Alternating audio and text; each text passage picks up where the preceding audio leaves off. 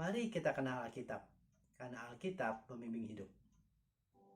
Pentakosta pada Perjanjian Lama adalah suatu perayaan yang dirayakan 50 hari sesudah Paskah untuk mengenang pemberian 10 perintah Allah kepada Musa di Gunung Sinai. Pada Perjanjian Baru, Pentakosta adalah hari ke-50 setelah perayaan kebangkitan Tuhan kita yang mati di kayu salib demi menebus dosa-dosa kita, dan setelah 10 hari kenaikan Tuhan.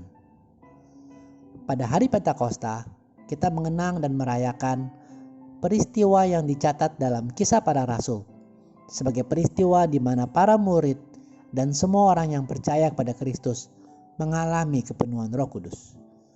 Mari kita baca Kisah Para Rasul 2 ayat 1-4 berikut ini. Ketika tiba hari Pentakosta, semua orang percaya berkumpul di suatu tempat. Tiba-tiba turunlah dari langit suatu bunyi seperti tiupan angin keras yang memenuhi seluruh rumah di mana mereka duduk. Dan tampaklah kepada mereka lidah-lidah seperti nyala api yang bertebaran dan hinggap pada mereka masing-masing. Maka penuhlah mereka dengan Roh Kudus. Lalu mereka mulai berkata-kata dalam bahasa lain, seperti yang diberikan oleh Roh itu kepada mereka untuk mengatakannya. Pada saat itu, Allah menepati janjinya untuk mencurahkan Roh ke atas mereka, seperti yang dinubuatkan oleh Nabi Yoel. Juga pada hari itu akan kucurahkan Rohku ke atas hamba-hambaku laki-laki dan perempuan, dan mereka akan bernubuat. Pada Pentakosta pertama, turunlah lidah-lidah seperti nyala api di atas para rasul dan Bunda Maria, dan mereka mulai berbicara dengan bahasa asing, dan sejak saat itu mereka tidak takut lagi untuk bersaksi tentang kebangkitan Kristus.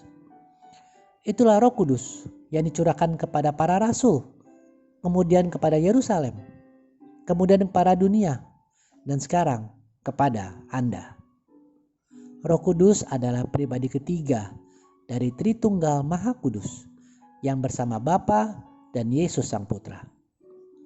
Roh Kudus adalah Allah yang senantiasa menyertai perjalanan hidup kita, tinggal bersama dan di dalam kita. Roh Kudus adalah penolong untuk kita menjalani kehidupan di dunia ini. Ia adalah inspirasi, penghibur, pembela, dan kekuatan bagi kita. Teman-teman, kita hidup di dunia dengan situasi yang tidak mudah dan tidak menjadi lebih mudah. Tetapi marilah kita meminta Pentakosta baru dalam hidup kita, dalam diri kita, agar Roh Kudus hadir untuk menolong, menghibur, dan menguatkan kita menghadapi tantangan dan persoalan. Namun bukan hanya untuk itu saja, Roh Kudus akan membentuk kita menjadi pribadi yang berkenan di hati Kristus.